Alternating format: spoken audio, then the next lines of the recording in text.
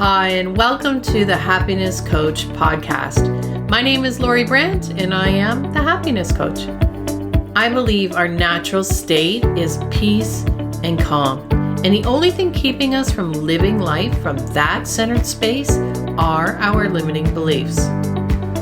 It's my understanding that thoughts like, I'm not worthy, I'm not safe, or I'm not enough can be eliminated. Once revealed and questioned, they begin to lose their hold so that our natural state of greatness can rise up and into our present day experience. On this podcast, you'll listen in on real life coaching calls, interviews with leading experts, and open discussions exploring limiting beliefs and their transformation. If after listening you found it interesting or helpful, please follow and share. If it inspired you to consider becoming a life coach yourself, visit my website for upcoming ICF-approved life coach certification training dates at www.loribrant.com. All right, let's jump in and get started.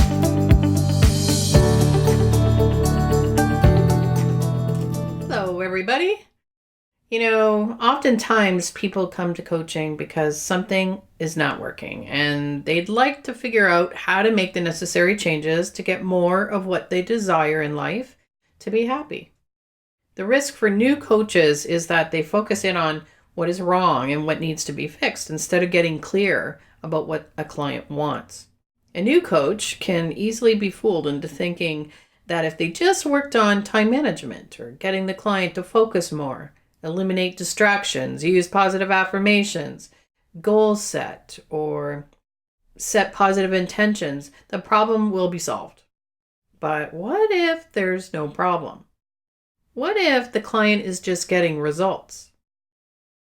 By getting clear on what a client wants, where they are now, and by listening deeply, I can hear the client's inner wisdom rising up and out of the conversation. I can hear what's not being said, what is being repeated, and uncover the motivation behind the behaviors that are creating the unsatisfying results.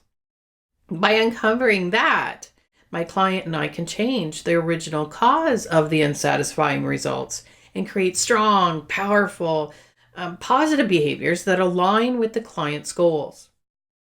The client I'm working with today describes how at first she was so busy and her calendar was so full that she never seemed to find time to get to the projects that she really wanted to work on.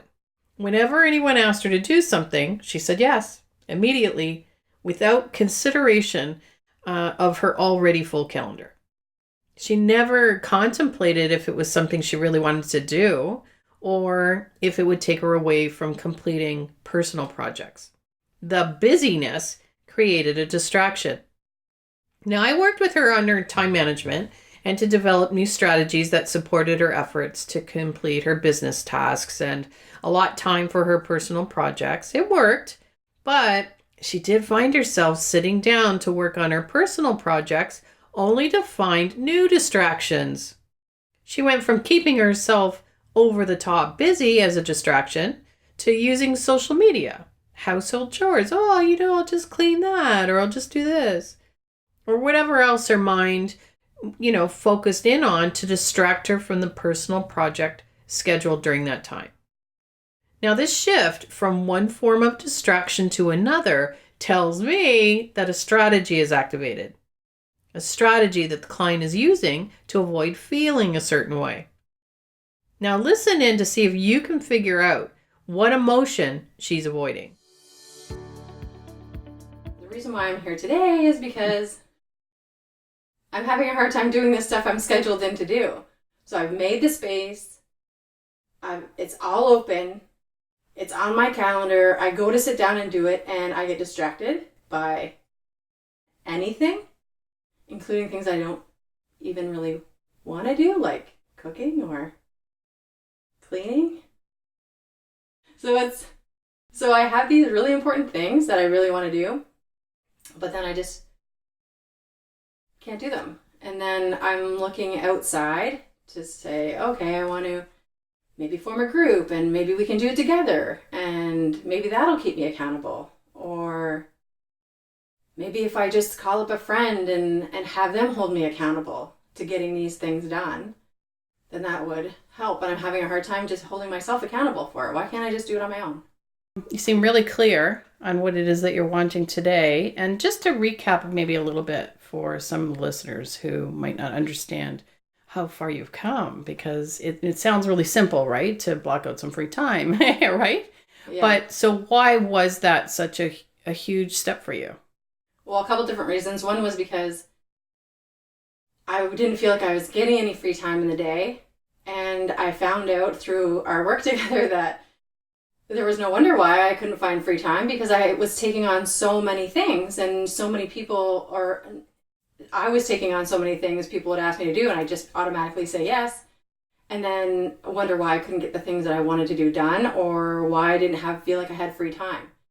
So that was one of the reasons. One of the kind of situations. The other one was that I felt like if it was in my calendar, it was work. And I was struggling with, okay, if it's free time, that's for me, that's my personal time. But because it's in my calendar, it felt like work. And I wanted not that to feel like that. But even my work, I love. So it was just like a mindset or a belief I had that if it was in my calendar, it was work, and I couldn't schedule my free time in my calendar. Okay, so how are we now with that? With scheduling free time in the same calendar as, say, work items? It's working out fine. I'm keeping my space clear for the free time and scheduling it for the times that I've accepted it from other people. Like if someone's asking me to do something, then I'll sit and say, check my calendar. So if someone's asking me to do something, I'll say, let me check my calendar. And then I check it and I decide and feel whether that's something that makes me feel big or something that makes me feel small. That's kind of how I decide. And then I say yes, and I put it in my calendar, and then that's it. But then I'll separate out the free time. So in my week, I'll look at it and go, okay, where am I putting my free time? And then that's what I'll do. And I think before too, I was like, okay, well, 9 to 5 is when I work, and free time is after that. And then I realized or recognized that free time could be any time. And that doesn't have to be, my old life or my old conditioning or whatever. I was working 9 to 5 and that was my work time. But now I can have like a break during the day and then work maybe a little later, but I don't have to have free time between the hours of 5 and 9 every night. So there was a lot of things I learned through that. And that works now. So you like totally the idea works. of having free time integrated with the work time, and perfect. And I'm just starting to. So before we were doing it in a paper format. So with the paper, I had to go back home and check my calendar. Really, like, I'm sorry, I really have to check my calendar. So now I'm just starting to bring it over into my online calendar to try to do that, but still give myself the space to say, I need to check my calendar. Right. So what you're saying is actually having to go home and check the paper calendar almost forced you to have that space before you said the yes. For sure. Yeah, definitely. Wow. I needed that space because otherwise I just say yes. Yeah. And I still have caught myself doing that. Now that I'm switched over, I'm like, oh, let me just look. And then I'm like, wait, I'm not checking to see if this resonates or not. So I'll have to get back to you. Let me, Wow, that's see what awesome. that looks like. So what I'm hearing is that basically the things that you had been working on previously are still being used, and you're modifying them a bit, like using your phone calendar, but that transition seems to be working. Mm-hmm. And you are following through on the items in the free time as well as the work items. However, you did mention something today that you wanted to work on being accountable. So how does that fit with what you've been just telling me? So when I set aside the time for me, so that doesn't mean when I have a meeting with someone or I'm doing a different class or any of those types of things. It's when I set the time aside for myself to work on something that's important to me. I will sit and be ready, and then I'll start looking through emails, or I'll start doing Facebook, and no, in my back of my mind is saying, Hey, you're supposed to be doing this. Come on, come back. And it's just not. Oh, let me just get this one more thing done. Oh, and then my time's up, and then I'm off to doing something else. And then once again, the day is gone, and I haven't done what I really wanted to do.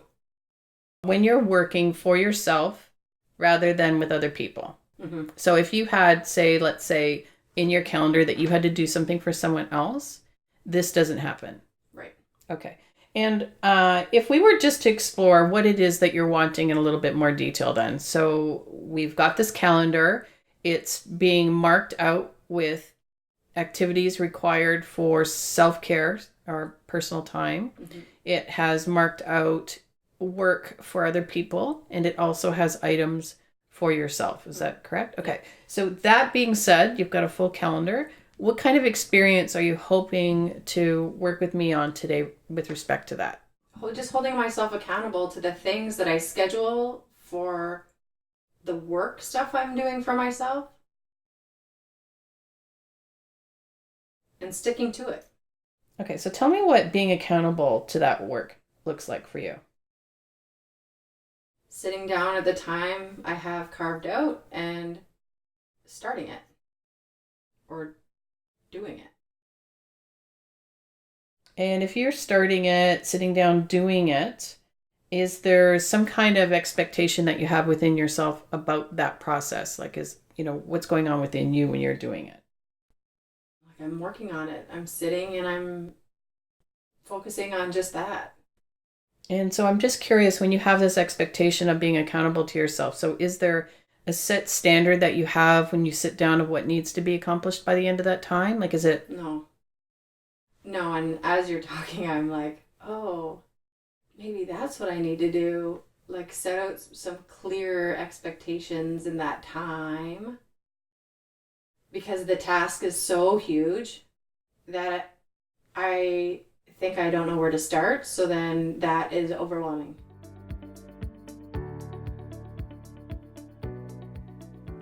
Did you hear what emotion the client's trying to resist feeling? Chances are, sometime in the client's life, she felt a deep sense of being overwhelmed and it scared her. It scared her so much that she created a distraction strategy so that she would never have to feel that way again.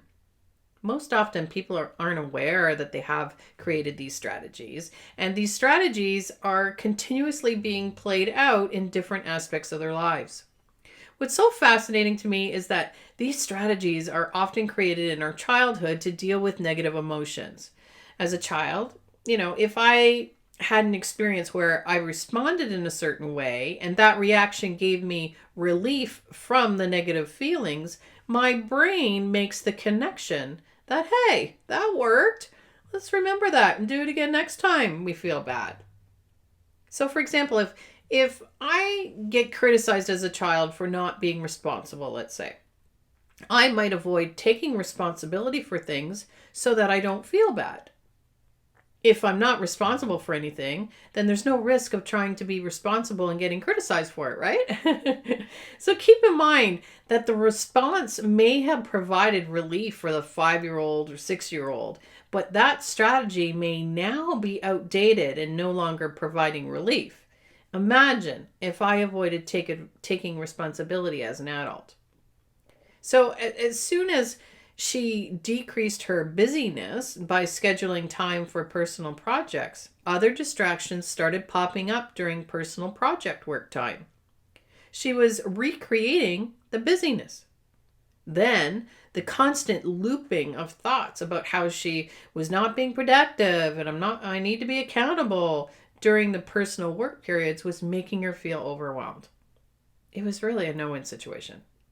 It's likely that this client had an experience in her past where she began to believe some or all of the following limiting beliefs.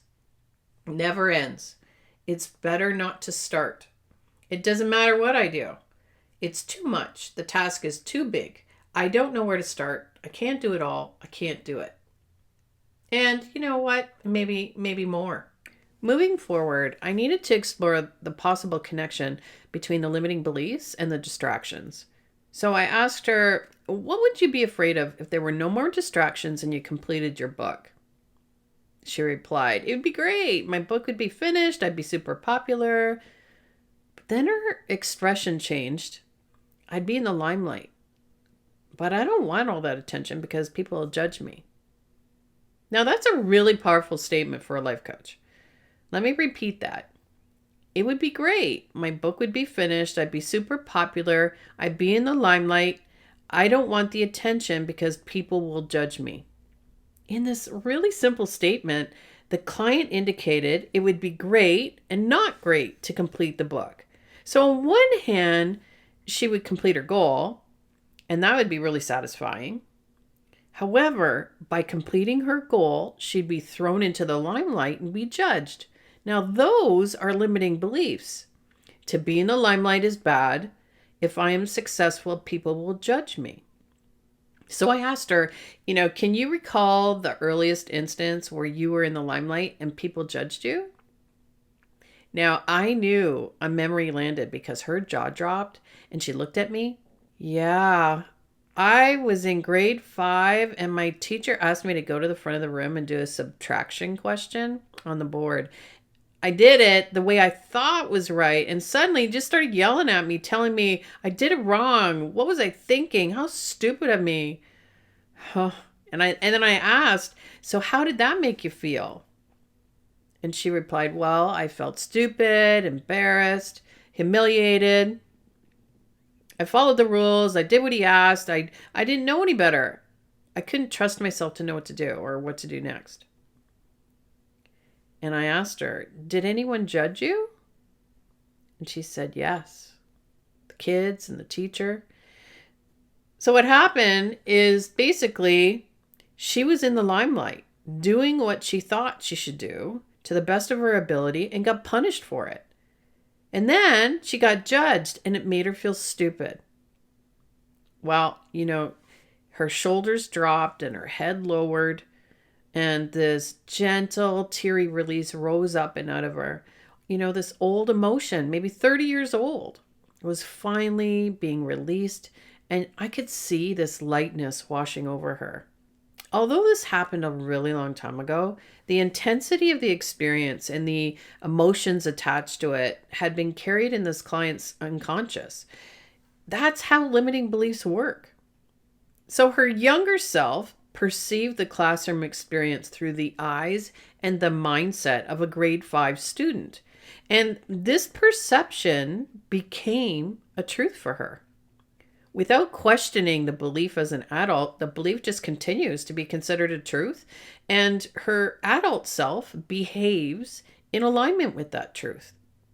To be successful is bad. To be in the limelight is bad. So I asked her, do you recall if you behaved differently right after that incident to avoid being in the limelight? And she said, I distracted myself. Aha moment. And as she made this inner connection, a second emotional release, deeper than the first, just eased out. And I could feel her relief. And she said, I would pretend that I was writing or reading, whatever I could do to avoid eye contact so I wouldn't get chosen, so I wouldn't be in the limelight. This behavior is what I call a strategy that is used to keep oneself from feeling the negative emotion attached to a limiting belief. By identifying the strategy, we can now work to transform the limiting beliefs, the emotions attached to them, and then the behaviors that are keeping them in place. Through coaching, we can now create a behavioral action plan, a new strategy to support the client to move through the distractions, complete projects, and enjoy her successes. To learn more, go to my website, www.loribrant.com, and that's spelled LORIBRANT. And you can learn more about upcoming conferences, resources like my book called The Happiness Toolbox, Finding Happiness Regardless of Circumstances. Have an amazing day. You've been listening to Lori Brant, the Happiness Coach. If you enjoyed the program, please go to iTunes and follow, rate, or leave a comment. If you're interested in one-on-one coaching, life coach certification, go to my website, loribrant.com, or perhaps even attending our Unleash Your Greatness conference so greatness can reflect back in beautiful Ridgeway, Ontario at the Buffalo Canoe Club on the shores of Lake Erie. You can learn more at www.unleashmygreatness.com.